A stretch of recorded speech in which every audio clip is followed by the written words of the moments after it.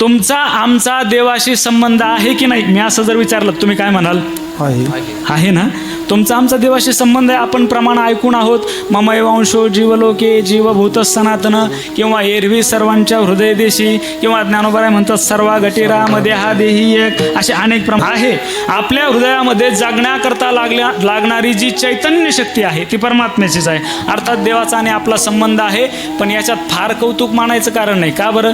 आपण जगतोय आणि तो जगवतो एवढाच संबंध आहे. याच्यात फार काही नवल नाही आहे. तेवढा संबंध गावातल्या एखाद्या कुत्र्याचा सुद्धा आहे.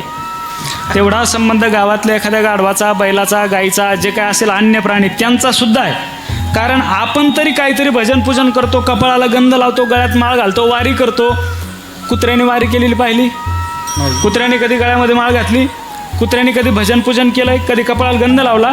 काहीही भजन पूजन न करता, वारी न करता, गळ्यात माळ न घालता त्यांनाही देव जगवतोच. आणि आपण सर्व करून आपल्यालाही देव जगवतो. याच्यात काय अंतर आहे सांगा ना तुम्ही? त्यांच्यामध्ये आणि आपल्यामध्ये अंतर काय? जेवढा एखाद्या मुंगीचा आणि देवाचा संबंध आहे तेवढाच आपला आणि देवाचा संबंध आहे. विठ्ठलाच्यात आणि आपल्यात फरक नाही. त्याचं कारण असं आहे की आजपर्यंत देवाने आपल्याला दर्शन दिलंय का? बोला ना. दिलंय दर्शन? कोणाला जर दर्शन दिलं असेल तर हात वर करावं. देवाने आपल्याला दर्शन दिलं. एवढी वारी करतो आपण, जन्मापासून आपण परमार्थ करतो, तरीसुद्धा आजपर्यंत देवाने आपल्याला दर्शन दिलेलं नाही. स्वप्नात सुद्धा आलं नाही. हो देव येतोय का स्वप्नात?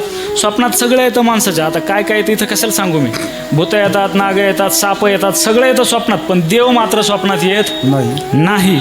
काही काहीच्या अंगात येतो. कसा येतो त्याचाही अभ्यास केला पाहिजे बरं का. अंगातच असतो. संतांचं जर तत्वज्ञान तुम्ही ऐकत आहात तर प्रत्येकाच्या तो आहेच आतमध्ये. आतमध्ये असताना वरून दुसरा कसा अंगात येईल? विठ्ठला विठ्ठला.